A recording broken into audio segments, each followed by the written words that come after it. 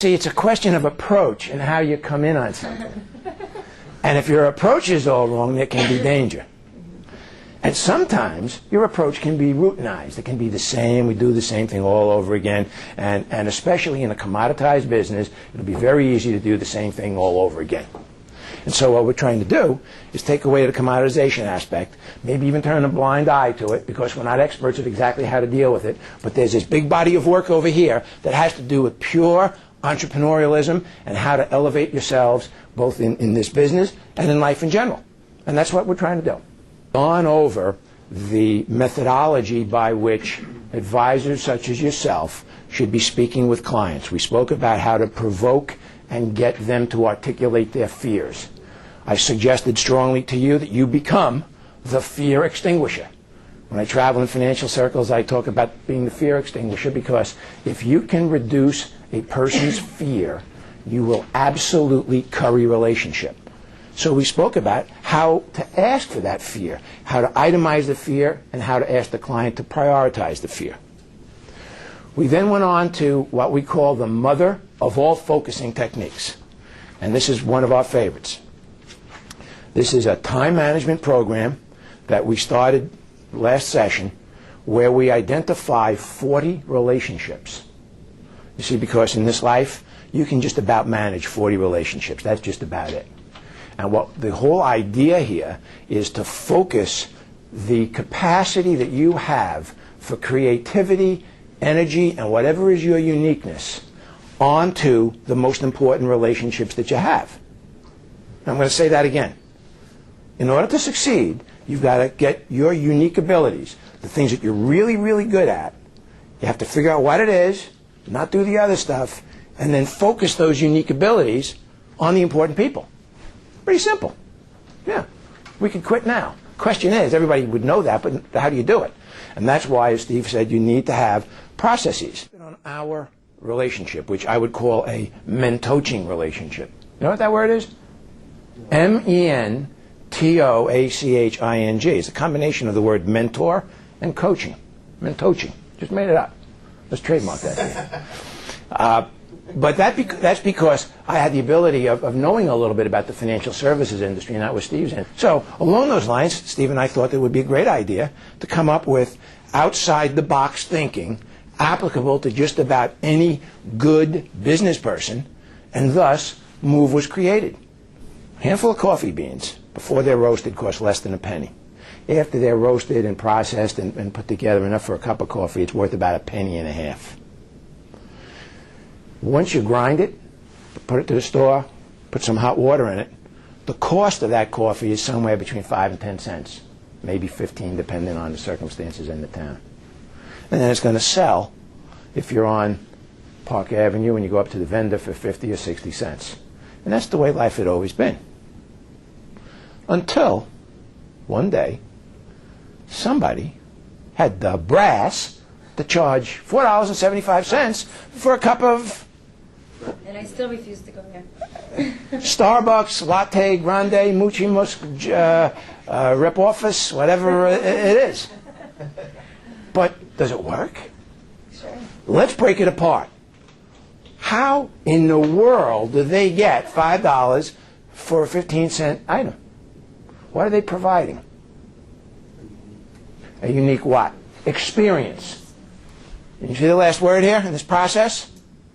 Thus the difference.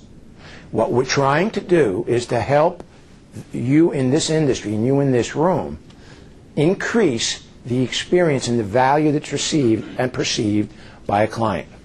I can't do anything about rates. You can't do anything about rates. The rates are what they are. You can't control that. The only thing you can do is control your reaction to it and how you surround the cards that are dealt you. That's the variable. One, in your business, you can almost never do too much consulting with others to get the facts and to get help. And so there's no room, really, for a rugged individualist when it comes to the professional aspect of your job. That no one lawyer should sit in his office and try to give the answer to every case. That's what computers are for, that's what other partnerships are for, that's what strategic alliances are for. No one professional should be out there on their own because they missed the opportunity, as we've just witnessed. Of those three things, which one do you worry about the most? Which one do you worry about the second most? And the third most? In that cascade of words, you will get a sense of what's going to motivate him. You will then know how to use those words, whether you're trying to sell him a mortgage or a loaf of bread. Thank you for participating. And when you propose a solution to him, you use those words. Everybody wants to hear their name. Everybody wants to hear the words that they've used. Back to them. Remember that. Two things everybody likes to hear the most: their name and words that they've said to you. My job today, and my job whenever I'm interacting with a client or a group, is to disturb very profitably their complacency. And to an extent, you're all very complacent. I want to disturb that. Because the only time you have ever made progress to speak of is when you were uncomfortable. Whenever you had a growth spurt, no matter what, whenever you were prior to closing a big deal, or when your income or your professional situation jumped up, you were nervous. You were scared to death. You were dying. But somehow you got through it. And look at where you are today. The idea is that there was a time in your career, was there not, when you made 1/10 of what you're making now? So you've already done it. You've jumped your income 10 times. And what is it? What's the ceiling that's keeping you from going to $1.5 million besides your own head? How are you going to make your future greater than your past if you can't visualize it? You need to be thinking about goals. Well, yeah, I'm going to lose 10 pounds and become a good athlete. Yeah, right. That wasn't a goal, that was a slogan, because there's nothing measurable about that. What your goal has to be is defined in where you're going to be and how you're going to get there. What's an immediate step?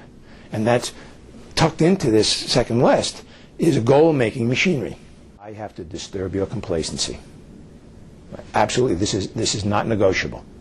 If you want your business to grow other than a cork in the ocean that'll just bobbing along, you have to take it by the horns and use whatever skill you have. And the skill that you have, you're as successful as you are.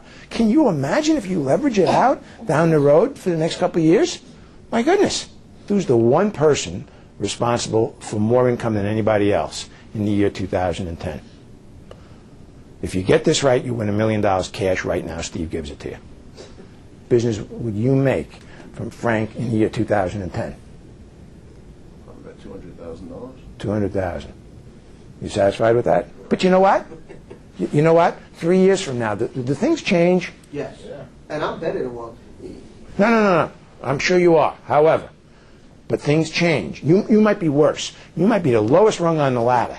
You might be absolutely. But even a stopped clock is right twice a day. Your energy is no longer worth that person as opposed to the other way around. They go off into the water. You got an extra seat in your lifeboat. Because you are going to do a lot of good for a lot of people in the year 2010. Do you know that I had a 3.9 index? I went to St. John's University. I went to Brooklyn's on 96 Skimmerhorn Street. What not everybody knows is they were on an 8.0 grading schedule. See, so the real scale here is 20. All right, so being a 9 out of 10, that's not good enough. I don't want you being complacent. You're talking about your lives and your careers and using your best and your most unique abilities. But if you let go of the tension that's in you, that's protective, and I'm not going to share with anybody, but rather I'm going to be open, absolutely good things will happen. And thank you very much for making that point, both in terms of comfort, confidence, and money. And if I had somebody that I can count on for 3 years from now that's going to bring me a net $200,000, I'd start spending that $200,000 today. So don't worry about trying something hard. What's the worst that can happen? What's the absolute worst that can happen? You see, you can't be worse off than you are now. I need to shake your complacency. No fair hiding in complacency. That's not going to be progress. Progress, complacency, mutually exclusive.